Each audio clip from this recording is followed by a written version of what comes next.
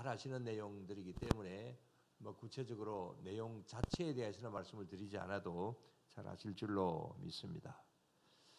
그런데 오늘 여기 한나가 기도한 그 목적이 무엇이었습니까? 그것은 아들을 달라고 하는 그런 기도의 제목이었죠. 그래서 이런 어떤 아들을 달라고 기도하는 그 기도가 이제 어떻게 되었느냐? 응답이 되었습니까? 안 되었습니까? 잘 아시는 대로 되었죠.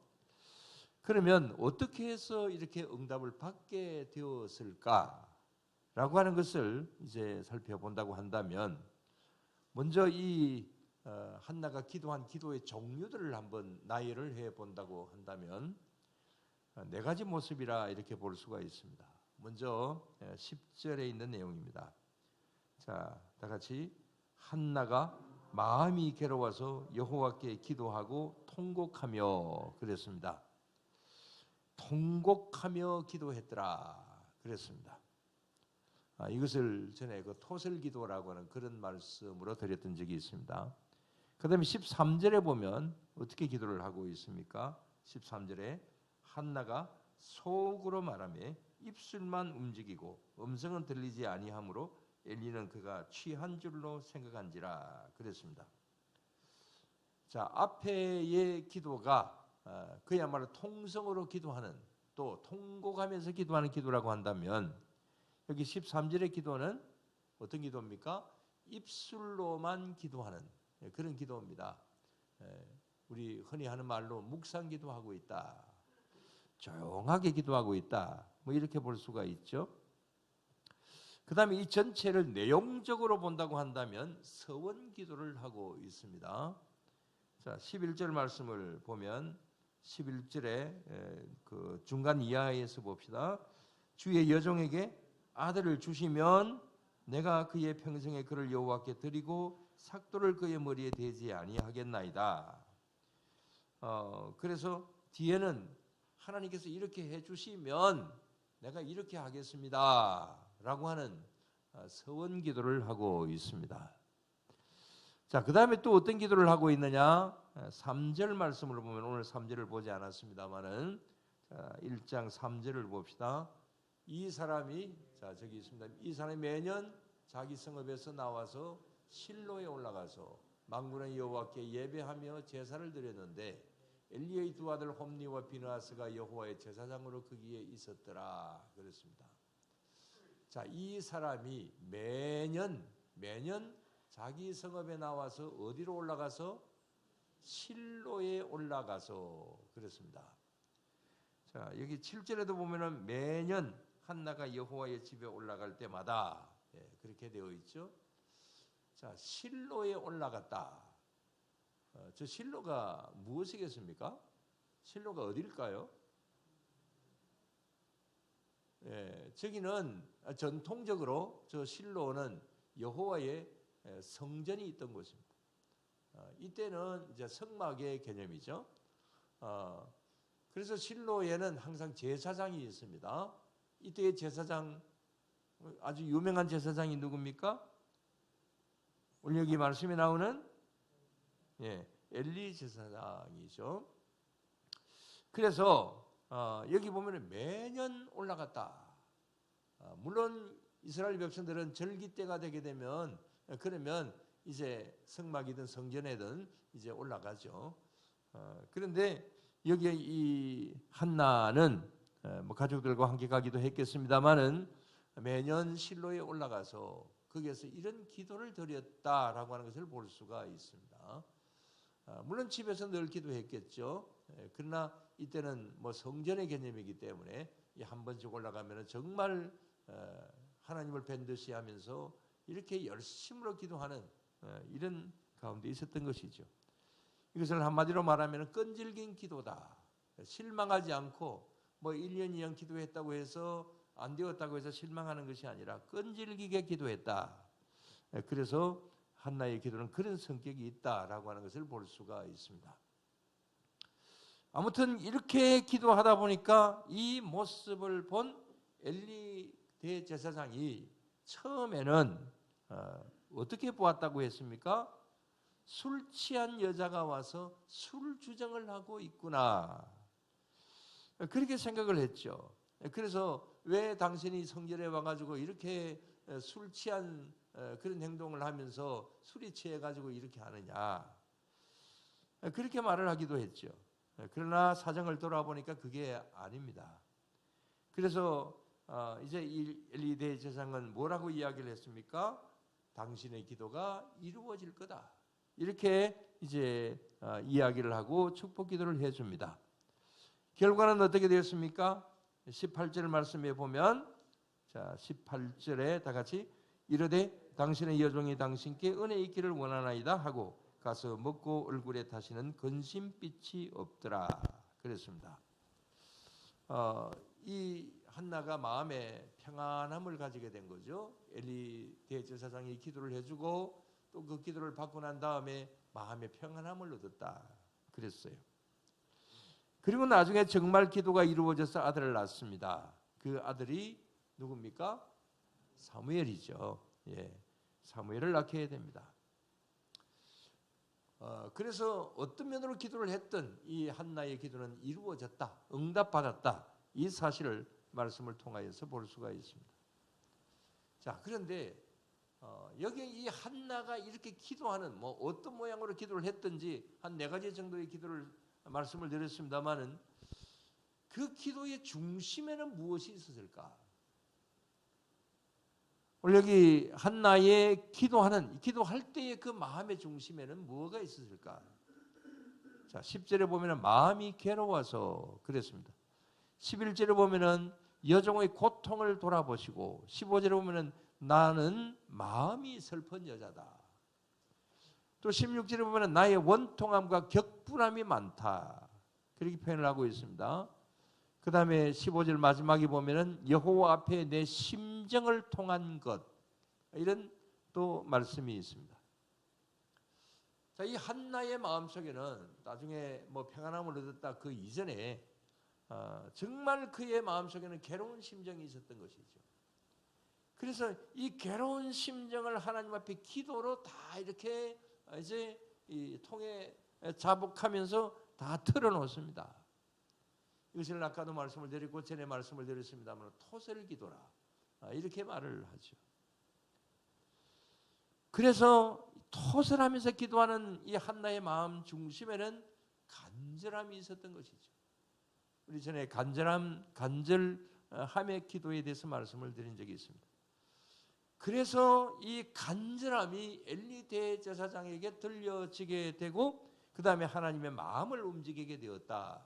이런 사실을 볼 수가 있죠. 그래서 기도의 응답의 역사가 일어났습니다. 우리도 때로는 이런 간절함의 기도가 필요합니다. 또 어떤 면으로 기도를 하건 뭐 이렇게 통성으로 기도를 하건 아주 조용하게 기도를 하든 어떤 면으로 기도를 하든지 그 기도의 내용 속에 우리의 간절함을 담을 때에 하나님께서 그것을 보신다. 그래서 응답의 역사가 일어나게 될 줄로 믿습니다.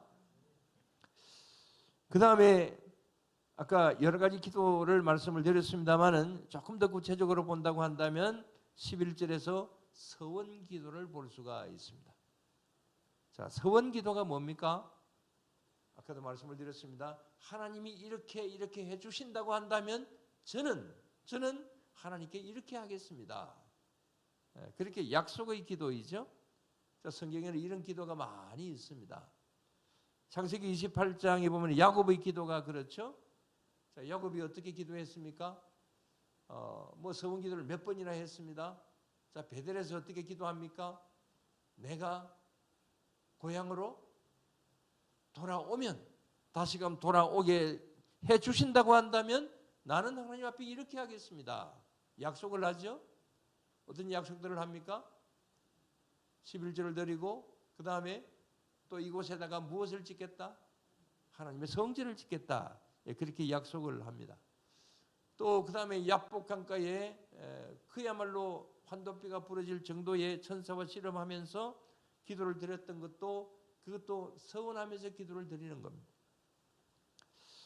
자, 이런 기도를 드렸던 그 한나도 역시 마찬가지로 간절한 서원 기도의 형식으로 이렇게 기도를 드리고 있는 것이죠.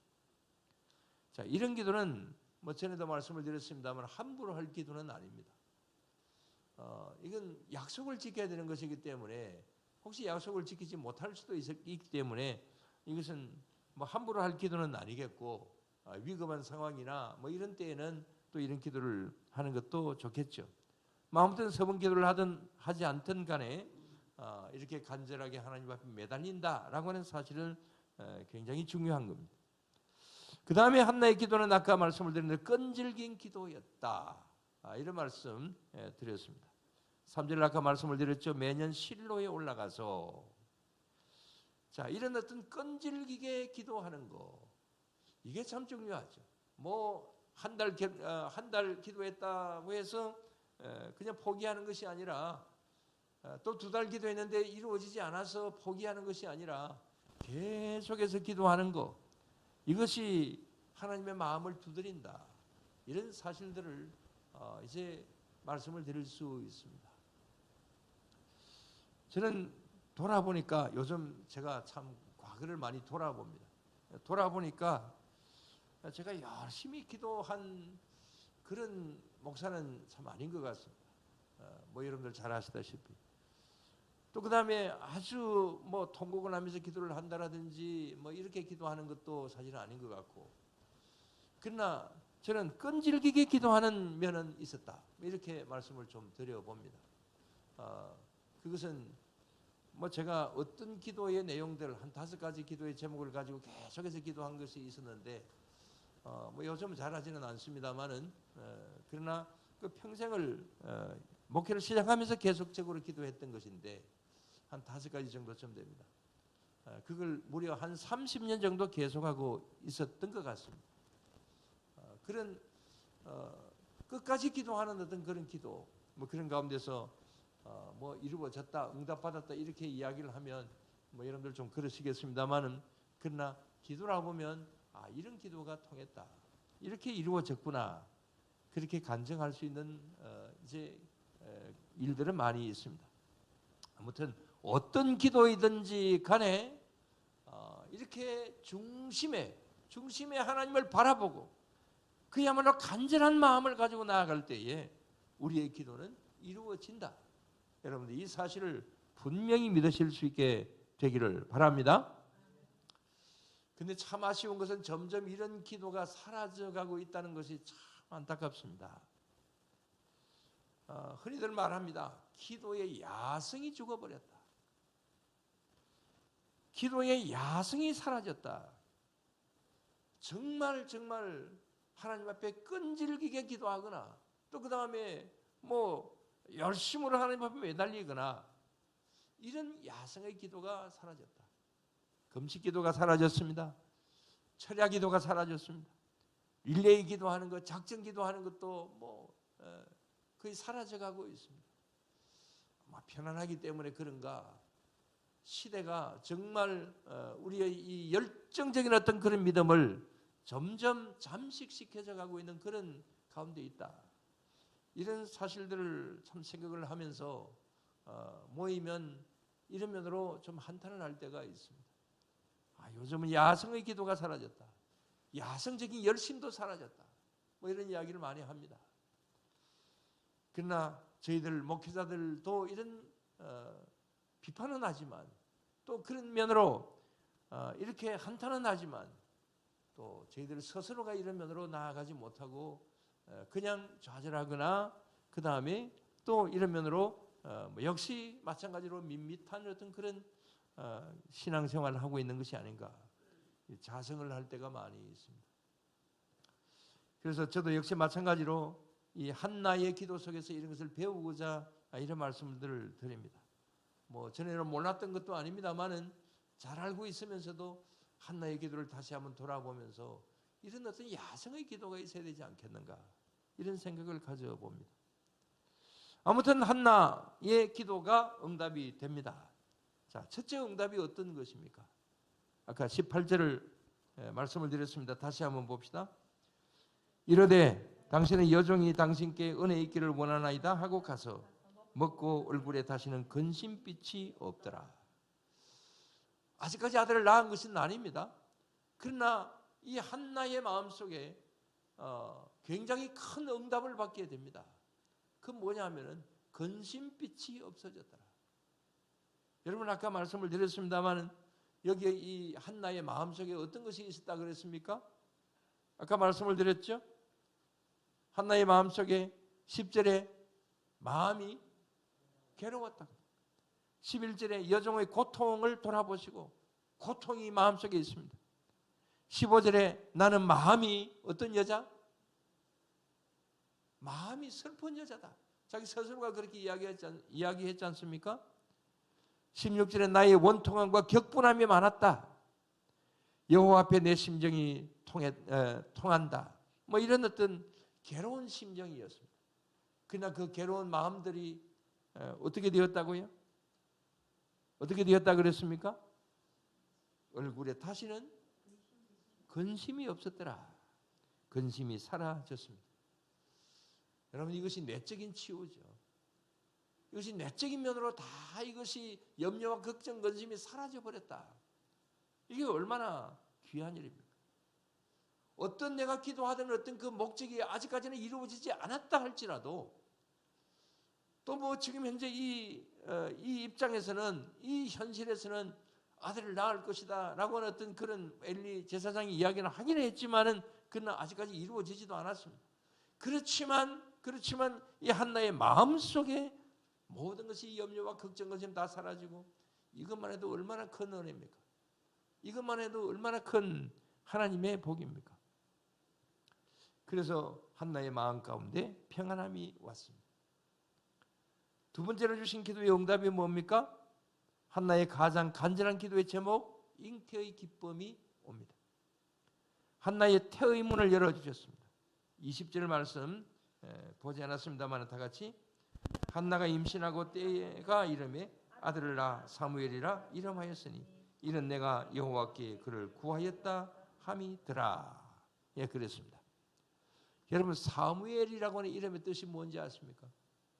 사무엘 뜻은 여호와께 구하였다. 하나님이 들으셨다라고 하는 뜻입니다. 그러니까 이름 자체가 기도의 응답입니다. 여호와께 구하였다. 하나님이 들으셨다. 자신이 정말 간절하게 구하고 구하였던 것을 이렇게 응답을 받게 된 것이죠. 그래서 내적인 어떤 치유가 되게 된 것도 큰 응답이고 또 실제로 자신이 가장 원하였던 것을 아들을 얻게 되는 기도의 응답을 받게 된 이런 복을 받게 된 것이죠. 저와 여러분들이 여기 이 자리에는 아들을 낳을 분은 안 계세요. 우리 어머니 지금 열심히 기도하는 자세입니다만 그러나 우리가 어떤 기도의 제목을 가지고 있든지 이런 한나의 응답 이런 것이 저와 여러분들에게도 늘 항상 있어야 될 줄로 믿습니다. 그래서 내적인 치유도 이루어지고 그 다음에 우리의 간절한 기도의 제목이 있다고 한다면 그것이 또한 이루어져서 이제 하나님 앞에 감사하고 영광을 돌려드릴 수 있는 그런 우리 모두가 언제나 다 되어야 될 줄로 믿습니다. 오늘도 이 시간 우리는 우리의 마음에 무거운 짐이 있는가 없는가 한번 살펴보십시다. 내가 지금 현재 간절히 기도하는 제목이 있다고 한다면 그 기도의 제목은 무엇인가 뭐 여러분들 각자 잘 아시겠습니다만은 오늘도 다시 한번 내 기도의 제목 꼭 이것이 이루어졌으면 좋겠다 생각되시는 어떤 그런 것이 있다고 한다면 오늘도 한나처럼 이렇게 기도해야 되겠구나 라고 하는 생각을 한번 가져보시기를 바라고 그래서 우리 모두 다 이런 면으로 기도하고 나아가는 가운데서 큰 응답의 기쁨을 누리며 나아갈 수 있는 그런 우리 모두가 다 되어야 될 줄로 믿습니다. 기도드리겠습니다.